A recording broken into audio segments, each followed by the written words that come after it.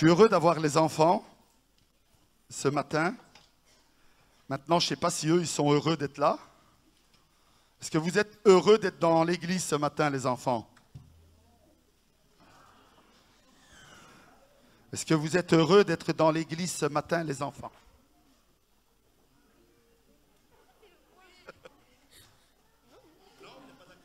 Si. Ah, c'est pas facile, hein? Les enfants, ils sont espiègles quand ils sont cachés. Dès qu'ils sont devant tout le monde, ils ont peur. Alors, je ne sais pas pourquoi on m'a mis ça ici. C'est un cadeau que vous me faites déjà, je ne sais pas. Je vois une montre avec une bague. Est-ce que c'est quelqu'un qui l'a oublié hier? Ah, de hier. Bon. Je ne sais pas si c'est de l'or, là. Ah, il y a un peu d'espoir.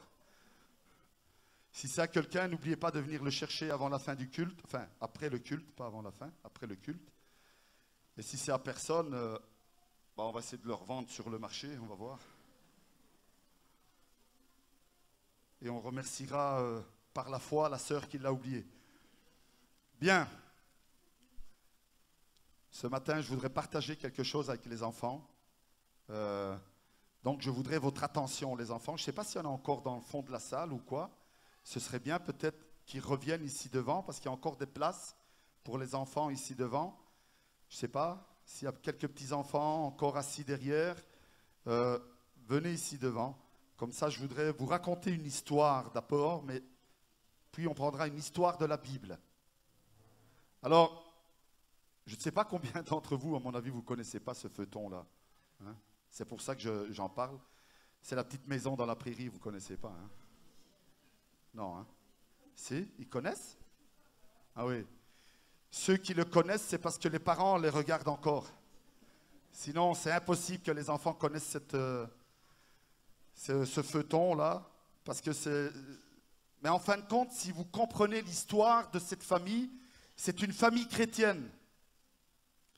Une famille chrétienne qui, a 200 ans d'ici, était, selon les principes de la Bible, et vivait selon les principes de la Bible. Et si vous regardez un jour cette histoire, eh bien, vous allez vous rendre compte que c'est vrai. Il y a beaucoup d'enseignements qui sont vrais et forts pour les familles en général dans cette histoire. Ça se passe aux États-Unis, il y a plus ou moins 200 ans d'ici. Et donc, pour ceux qui se rappellent de Mary Ingalls, non? Vous ne vous rappelez pas? C'est pas grave. La petite Marie, elle a plus ou moins 10-12 ans au début des feuilletons. Puis quand les feuilletons se terminent, elle en a 18-19, elle se marie. Après tout, c'est une histoire particulière. Et donc, je vais vous raconter un peu un épisode de l'histoire de Marie. Alors, la famille Ingalls avait l'habitude que chaque dimanche, ils partaient à l'église, non pas en voiture, non pas à la dernière minute, non pas en retard, mais ils partaient à l'église bien à l'avance parce qu'ils devaient faire la route de la campagne jusqu'à la ville sur leur carrosse et à cheval. Je parle aux parents ici. Même si votre voiture a un gros moteur, il faut quand même partir à l'heure. Hein? Donc, ils montent sur leur carrosse, ils s'en vont, mais avant de partir, à ce temps-là, il n'y avait pas les systèmes d'alarme qu'on a aujourd'hui. Et donc, ils avaient l'habitude de laisser toujours un membre de la famille à la maison pour garder la maison avec le chien. Je ne me rappelle plus le nom du chien. Vous vous rappelez? Mangui. Bandit. C'était un gros chien, je ne sais pas si vous vous rappelez. Hein? Voilà, tout poilu. Et donc, finalement, arrive le tour où, pour les parents, Marie peut rester à la maison. Parce qu'elle a plus ou moins 10-12 ans, elle est déjà assez grande. Et donc, les parents disent, voilà, on peut la laisser avec le chien, il n'y a pas de danger. Et au moins, elle va garder la maison. Et donc, ils montent sur le carrosse, ils partent. Et alors qu'ils sont bien loin, qu'ils sont partis, qu'ils ne sont plus visibles aux yeux de Marie. Marie, elle dit, ben, tout compte fait, moi aussi je vais faire mon culte. Elle prend sa Bible, elle va dans la prairie et elle commence à lire la Bible.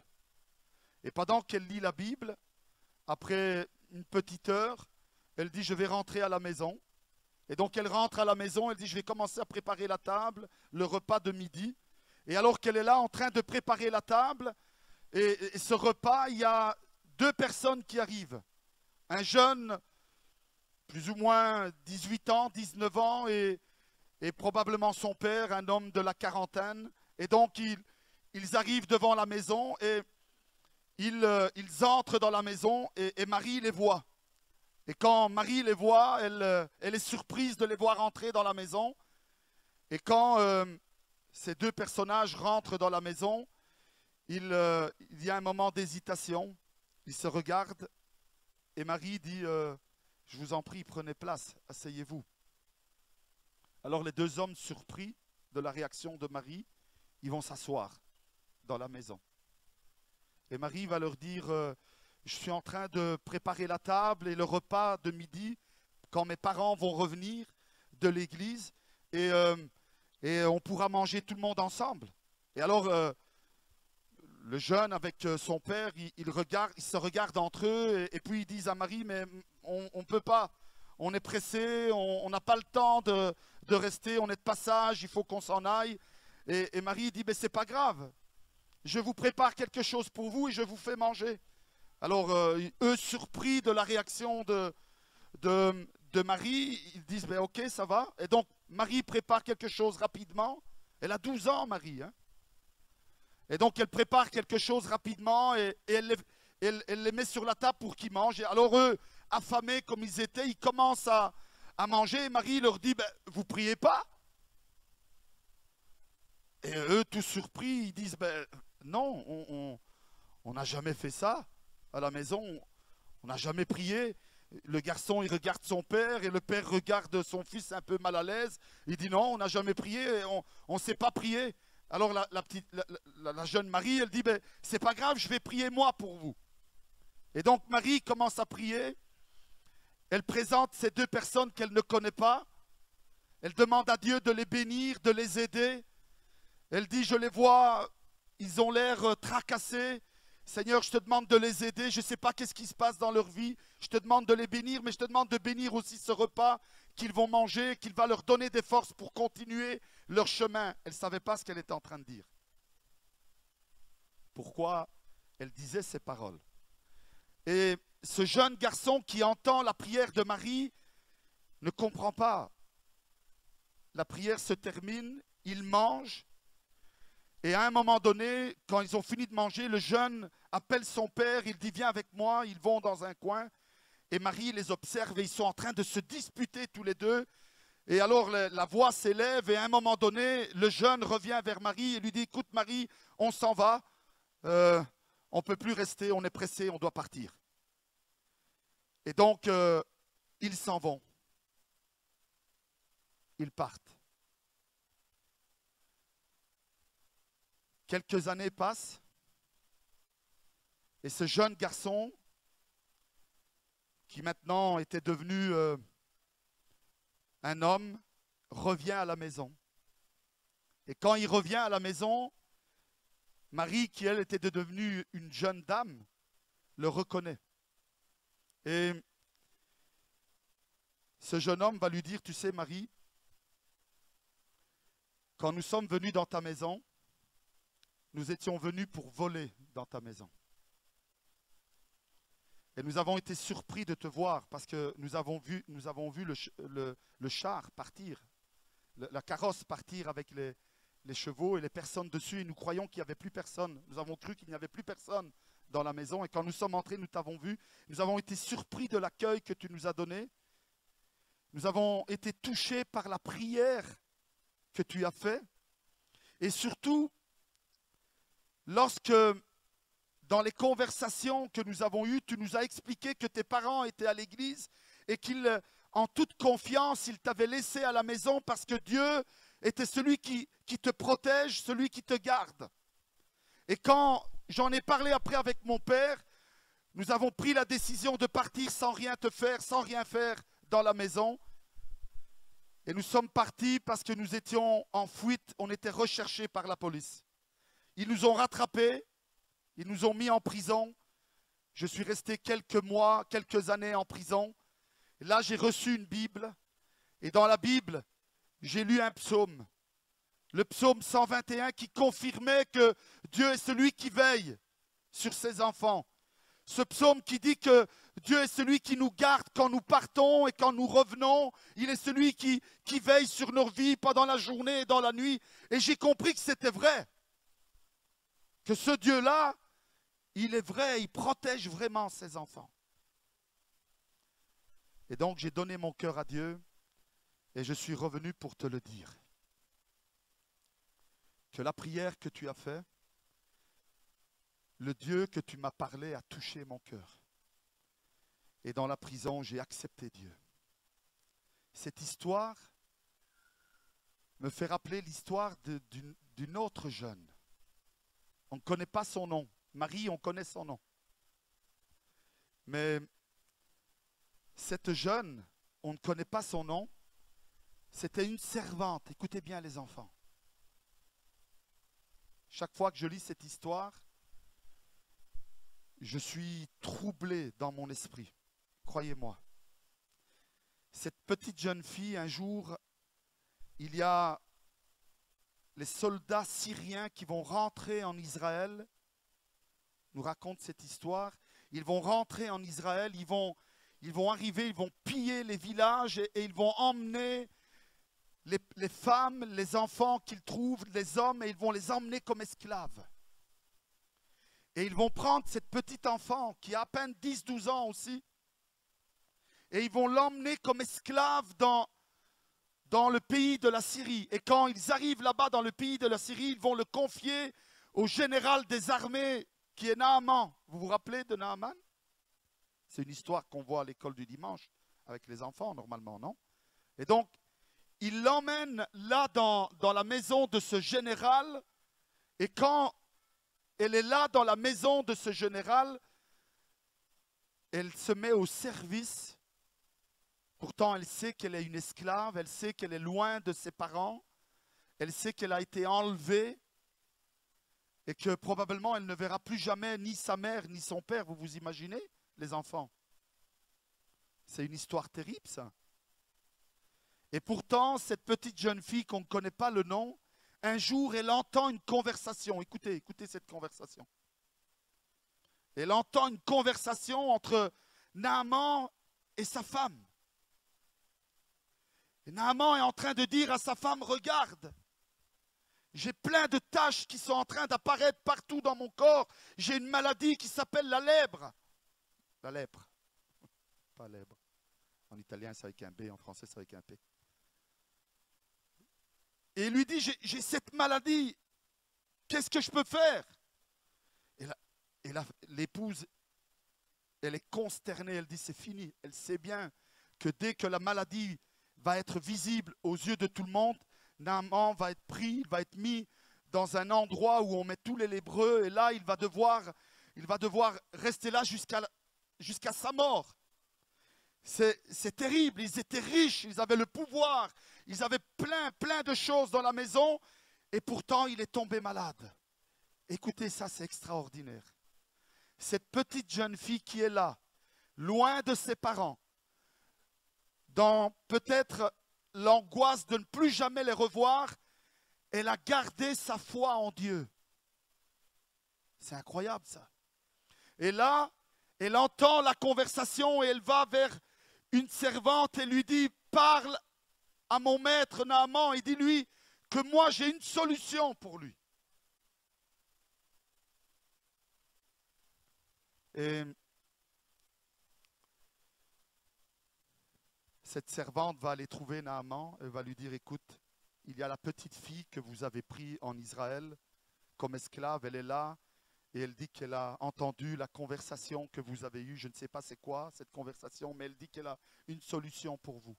Et donc elle appelle tout de suite, Naaman fait appeler la petite fille. La petite fille raconte et elle explique, elle dit, en Israël, il y a un serviteur de Dieu, un prophète qui s'appelle Élisée. Et cet homme, si vous l'appelez, s'il vient et s'il prie pour vous, vous allez être guéri de votre maladie. Et vous verrez, vous n'aurez plus les tâches que vous avez. Et vous allez vivre. Vous n'allez pas mourir. Cet homme, il dit, je ne comprends pas ce qu'elle me dit, cet enfant, mais ce que je vais faire, c'est que je vais l'écouter. J'épargne toute l'histoire. Je ne raconte pas les détails de cette histoire-là, mais cet homme va arriver, Élisée va arriver là dans cet endroit où se trouve cet homme. Il va appeler Naaman. Naaman va venir, il va se baigner dans le fleuve, vous savez toute l'histoire. Et là, il ressort guéri. Alors, qu'est-ce que je veux vous dire par là? Pourquoi je vous raconte ces deux histoires, les enfants? Et pendant que je vous les raconte à vous, je sais que vos parents sont en train de m'écouter aussi et donc ils entendent ce que je suis en train de vous dire parce que ça les concerne aussi. Tout d'abord, 3 choses importantes, brièvement. Il n'y a pas d'endroit sûr sur cette terre. On peut être à la maison et croire qu'on est en sécurité. On peut être dans un endroit où on croit qu'on est en sécurité, protégé de tout.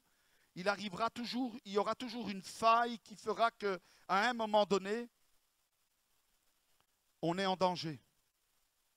Et donc c'est important, c'est très important de pouvoir être toujours en paix avec Dieu.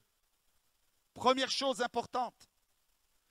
La petite Marie qui s'est trouvée en danger avec ces 2 hommes qui sont entrés dans la maison, elle a mis sa vie dans les mains de Dieu. Elle a, par la pensée, demandé le secours de Dieu. Elle était en danger. Ces 2 hommes étaient venus pour voler dans la maison et elle les avait en face d'elle. Elle avait à peine 12 ans. Elle ne pouvait pas réagir devant cet homme de 18-20 ans et cet homme de plus de 40 ans. Elle n'avait aucun espoir. Mais elle s'est confiée en Dieu. Elle s'est appuyée sur Dieu. Et alors qu'elle était un danger, elle devient une aide pour ces 2 hommes. La preuve, un de ces 2 hommes va accepter le Seigneur et va retourner pour le lui dire. Donc, il n'y a pas d'endroit où on est en sécurité. Alors les enfants, c'est important que partout où vous êtes, au moment où vous voyez le danger, la première réflexion que vous devez avoir, la première pensée que vous devez avoir, c'est de dire, Seigneur, aide-moi. Aide-moi. Si vous voyez un chien qui arrive en courant vers vous, si vous pouvez partir en courant, faites-le. Mais en même temps que vous courez, pensez à Dieu et demandez de l'aide à Dieu. Parce qu'il n'y a pas d'endroit où on est en sécurité si ce n'est que Dieu est là avec nous. D'accord, les enfants? Première chose importante, c'est important que vous, quand vous voyez le danger, vous vous mettez dans les mains de Dieu. Et ici, je voudrais m'adresser aux parents. Quand vous envoyez vos enfants à l'école, quand vous les envoyez au travail, si vous avez vos enfants encore à la maison, et même s'ils sont mariés, chaque jour, présentez-les à l'Éternel et demandez à Dieu qu'il les protège. Demandez à Dieu qu'il les garde. Demandez à Dieu qu'il soit à leur côté. Et comme Job, chaque jour, Job priait et disait, Seigneur, je sais que mes enfants pourraient pécher, pourraient faire des choses qui ne sont pas justes, mais je te demande de les garder, de les protéger, d'être à leur côté. Job avait cette pensée toujours. Vous êtes là, les parents? Vous avez entendu? Deuxième chose importante dans cette histoire,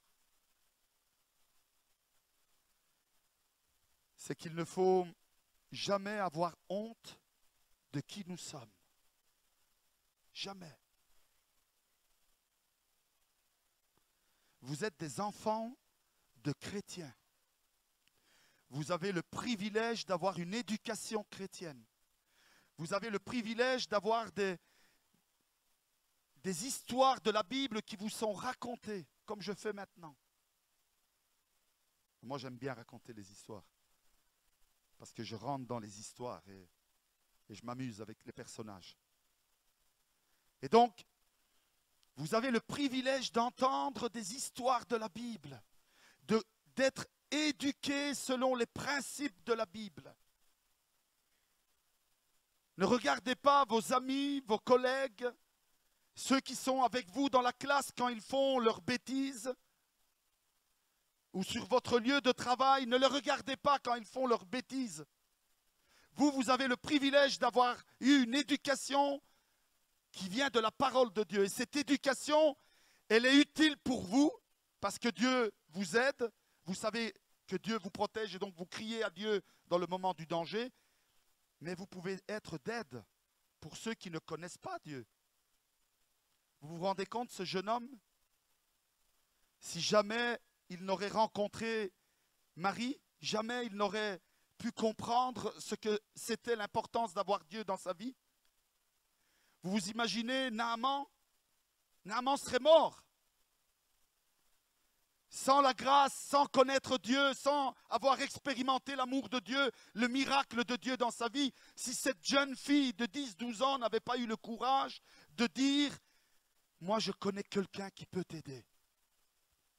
Donc, deuxième chose très importante, n'ayez pas honte, jamais, jamais, n'ayez pas honte de dire que vous connaissez quelqu'un qui peut aider la personne qui est autour de vous. N'ayez pas peur de dire que vous êtes des chrétiens, des enfants de Dieu. N'ayez pas peur de dire ça. Je vais vous raconter une petite histoire de Francesco. Francesco, il avait 4-5 ans, il était à l'école et on allait le chercher, on allait le laisser. C'était du temps de l'histoire de Dutroux, hein, je ne sais pas si vous vous rappelez. Il y avait une vraie psychose chez tous les parents. Et les parents accompagnaient les enfants jusque dans la classe. Ils retiraient le manteau de l'enfant, ils le mettaient au porte-manteau, ils regardaient qu'il était bien assis et puis ils disaient « ça va, je m'en vais ». C'était tellement, il y avait une psychose. Je ne sais pas si vous vous rappelez de ça, les parents. Et donc, la même chose quand on revenait chercher les enfants, on ne les prenait pas dans la cour, on les prenait dans la classe. C'était des moments particuliers, je m'en rappelle très fort. Et un jour, je rentre dans la classe et la monitrice, l'enseignante, elle dit « Mais vous pouvez m'expliquer qu'est-ce que vous faites, vous ?» Je dis « Ben, je ne sais pas, pourquoi vous me demandez ça ?» Elle dit ben, « Votre fils me dit que vous êtes pasteur. » Et alors je dis « Ben oui, je suis pasteur. » Et je dis « Comment est-ce que vous êtes arrivé à ça ?» Ben, c'est parce qu'on était tout le monde, tous les enfants ensemble là. Et à un moment donné, j'ai demandé à tous les enfants de chanter une chanson, un à un, qu'ils connaissaient. Et Francesco, il nous a chanté une chanson. Et vous savez qu'est-ce qu'il nous a chanté? J'ai donné mon petit cœur à Jésus, mon sauveur. Il le tient si bien que le diable n'en aura rien.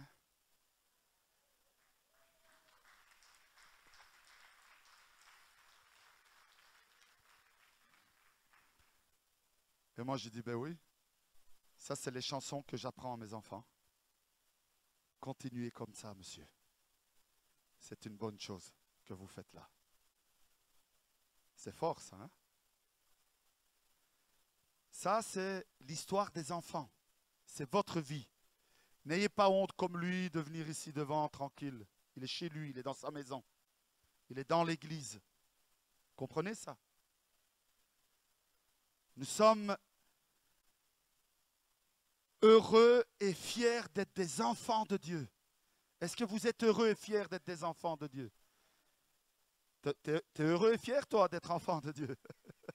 Viens un peu ici avec moi. Viens, viens, je vais te raconter.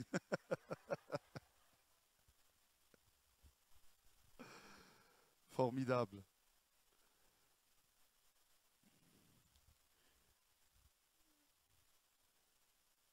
Et je vais terminer avec quelque chose pour les parents maintenant, si vous permettez. L'éducation que l'on donne à ses enfants est très importante.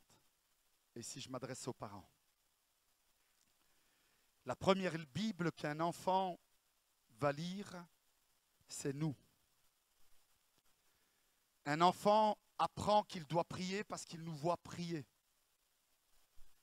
Un enfant apprend qu'il doit être respectueux des autres parce qu'il voit que le mari est respectueux vis-à-vis de son épouse et l'épouse est respectueuse vis-à-vis de son mari.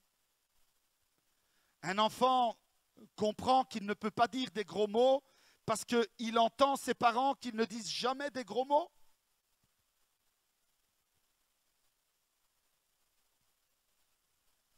Un enfant comprend qu'il doit être honnête parce qu'il voit ses parents honnêtes. La première Bible d'un enfant, c'est les parents. C'est important qu'on comprenne ça. Je m'adresse aux parents ici. En tant que parents, nous avons le devoir, l'obligation d'éduquer nos enfants selon la parole de Dieu, selon les principes de Dieu. Parce que quand nous éduquons nos enfants selon les principes de Dieu, selon la parole de Dieu, nos enfants savent comment ils doivent se comporter et nous leur donnons un bagage très important pour leur vie. Pour leur vie. On les aide. Non, laisse-moi-le. On les aide, au moins pour une fois que j'ai un spectateur qui est heureux de me regarder. Hein. Et donc, ils vont avoir dans leur cœur, avec ce bagage que nous leur donnons, que nous leur enseignons, ils vont être heureux dans leur vie. Ils vont pouvoir avoir en plus du bagage de ce qu'ils apprennent à l'école, en plus du métier qu'ils vont apprendre dans leur vie, et c'est important, l'école, le métier qu'ils vont apprendre, en plus de tout ça, ils vont avoir une éducation chrétienne qui va les aider dans leur vie de tous les jours. Ça, c'est quelque chose de très important. C'est les trois choses qu'on a pu voir dans cette histoire.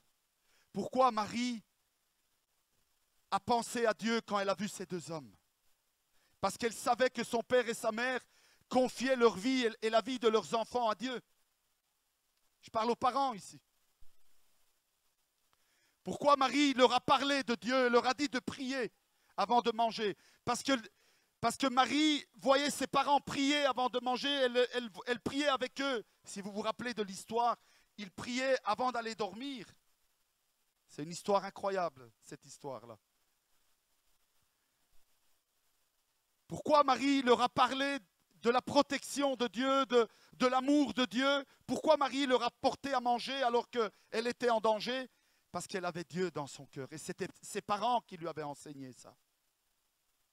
Pourquoi la petite fille va parler de Jésus, du prophète Élisée, excusez-moi, à Naaman? Pourquoi elle va lui dire qu'il y a une solution pour cet homme? C'est parce qu'elle avait entendu ses parents parler de Dieu. Alors, chers parents, donnons, en plus du bagage de l'école, du métier, et pour ceux qui peuvent, peut-être un peu d'argent lorsqu'ils vont se marier, pourquoi pas, si c'est possible. En plus de tout ça, pourquoi ne pas leur laisser aussi le privilège d'être des enfants de Dieu? Et je termine avec ce verset. Proverbe 22, verset 6. Instruis l'enfant selon la voie qu'il doit suivre. Écoutez ça. Et même quand il sera vieux, il ne s'en détournera pas. Moi, j'ai une confiance dans mon cœur que même si un jeune, après avoir été éduqué dans l'Église, à un moment donné veut faire sa vie, veut s'éloigner de l'Église, veut s'éloigner de Dieu, veut expérimenter sa vie au fond de lui-même, et je le dis parce que je l'ai vécu personnellement, au fond de lui-même, chaque fois qu'il est devant un choix d'un péché, pour le faire ou ne pas le faire, chaque fois il a cette voix qui est là dans son cœur et dans sa tête, qui martèle et qui dit « Non, ne le fais pas !» Et même s'il le fait, il reviendra tôt ou tard, comme le fils prodigue. Hier, c'était la prédication pour les jeunes. Il reviendra dans la maison de Dieu et il servira le Seigneur. Il reviendra peut-être avec un bras cassé, une tête gonflée et avec des problèmes et des difficultés, mais il reviendra. Et ça, chers parents, c'est une assurance pour nous. On peut mourir en paix. Même si nos enfants sont loin de Dieu, écoutez, chers parents, on peut mourir en paix. Parce que nous leur avons donné tout l'enseignement qu'ils devaient avoir. Et ils reviendront tôt ou tard. En tout cas, une chose est sûre, nous dit la Bible, ils s'en rappelleront même quand ils seront vieux. Amen. Alors je voudrais faire quelque chose que je fais à chaque fois. Quand on fait la fête des enfants, je ne le fais pas parce que je veux faire quelque chose d'extraordinaire, mais je le fais parce qu'on en a besoin. Je vais demander à tous les parents et ceux qui ont le privilège d'avoir encore leurs grands-parents.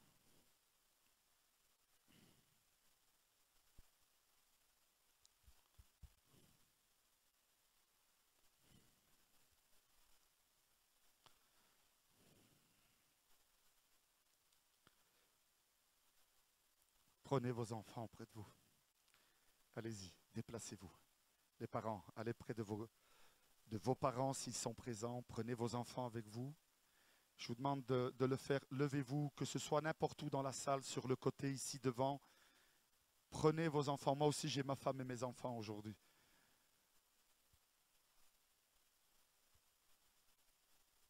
Prenez-les, prenez votre famille près de vous, s'il vous plaît. S'il vous plaît. Peu importe l'endroit où vous êtes, je vous demande de le faire. N'ayez pas honte. C'est important. C'est important ce qu'on va faire. C'est important ce qu'on va faire.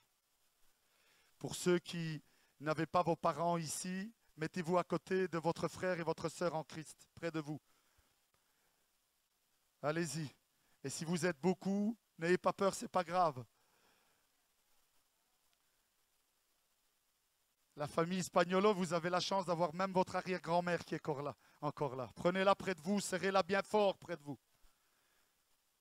N'ayez pas peur, mettez-vous ensemble, les familles. Vous avez le privilège d'avoir vos enfants près de vous, prenez-les près de vous, s'il vous plaît. C'est important ce qu'on va faire, n'ayez pas peur. C'est un temps très important. Allez rejoindre vos parents, vos petits-enfants. Et je voudrais que vous les preniez par la main. Prenez-les par la main, n'ayez pas peur. Et on va élever une prière ensemble au Seigneur. Amen. Est-ce que nous sommes d'accord d'élever une prière ensemble au Seigneur? Amen. On va incliner nos têtes et avec un cœur reconnaissant, on va dire Seigneur, merci. Seigneur, merci de tout cœur parce que ce matin, tu nous parles encore. Tu nous donnes le privilège d'avoir nos enfants, nos petits-enfants. Tu nous donnes le privilège d'avoir nos parents, nos grands-parents, nos arrière-grands-parents. Seigneur, c'est une grâce que tu fais à nos vies, à nos familles, Seigneur Dieu, et nous te remercions de tout notre cœur pour cette grâce infinie que tu fais, Seigneur Dieu, encore à chacun de nous ce matin. Seigneur, nous voulons te dire merci pour ce privilège merveilleux d'être dans ta maison ensemble. Seigneur, merci de tout cœur. Seigneur, je veux te prier ce matin pour tous les parents, les grands-parents, pour les enfants qui sont ici. Seigneur Dieu, unis les familles. Tu vois comment l'ennemi veut détruire les familles, veut détruire les parents, veut les séparer. Seigneur Dieu, c'est l'œuvre du diable. Parce que le diable est venu pour voler, détruire et tuer. Mais toi, tu es venu pour donner la vie et la donner en abondance. Alors Seigneur, donne la vie dans les familles, Seigneur Dieu. Donne la vie en abondance, Seigneur Dieu. Protège, Seigneur Dieu, nos parents. Protège, Seigneur Dieu, nos enfants. Seigneur Dieu, protège nos familles de cette église. Que ta grâce, ta bénédiction, ton onction soit sur chacun de nous, Seigneur Dieu. Mais Seigneur, nous ne voulons pas oublier nos frères et sœurs, nos parents ou nos enfants qui peut-être aujourd'hui ne sont pas là. Et Seigneur Dieu, nous voulons élever cette prière remplie d'espoir, Seigneur Dieu. Qu'un jour nous pourrons les serrer par notre main dans cette église et élever notre prière. Et Seigneur, nous voulons que cette année soit une année de victoire. Et l'année prochaine, nous serons encore plus ensemble dans les familles pour louer ton nom ensemble, Seigneur Dieu. Parce que tu vas les ramener, tu vas les reporter dans ta maison. C'est notre prière, c'est la foi que nous avons dans notre cœur. Nous te prions de les garder, de les protéger maintenant pendant qu'ils sont loin de toi, Seigneur Dieu. Et comme le Fils prodigue, Seigneur Dieu, de mettre à nouveau dans leur cœur le juste sentiment pour revenir vers le Père. Et quand ils reviendront, alors nous serons dans la joie parce que nous serons dans ta présence. Seigneur, merci. Merci pour ce temps que tu nous accordes ce matin, pour ta bénédiction sur nos vies. Dans cette église, Seigneur Dieu, continue à la faire grandir, prospérer, mais aussi, Seigneur Dieu, mûrir, Seigneur Dieu. Revais-nous de tes dons, de ta grâce, de ton onction particulière, dans le nom puissant de Jésus-Christ. Amen. Amen. Embrassez vos parents. Embrassez-les vraiment avec joie.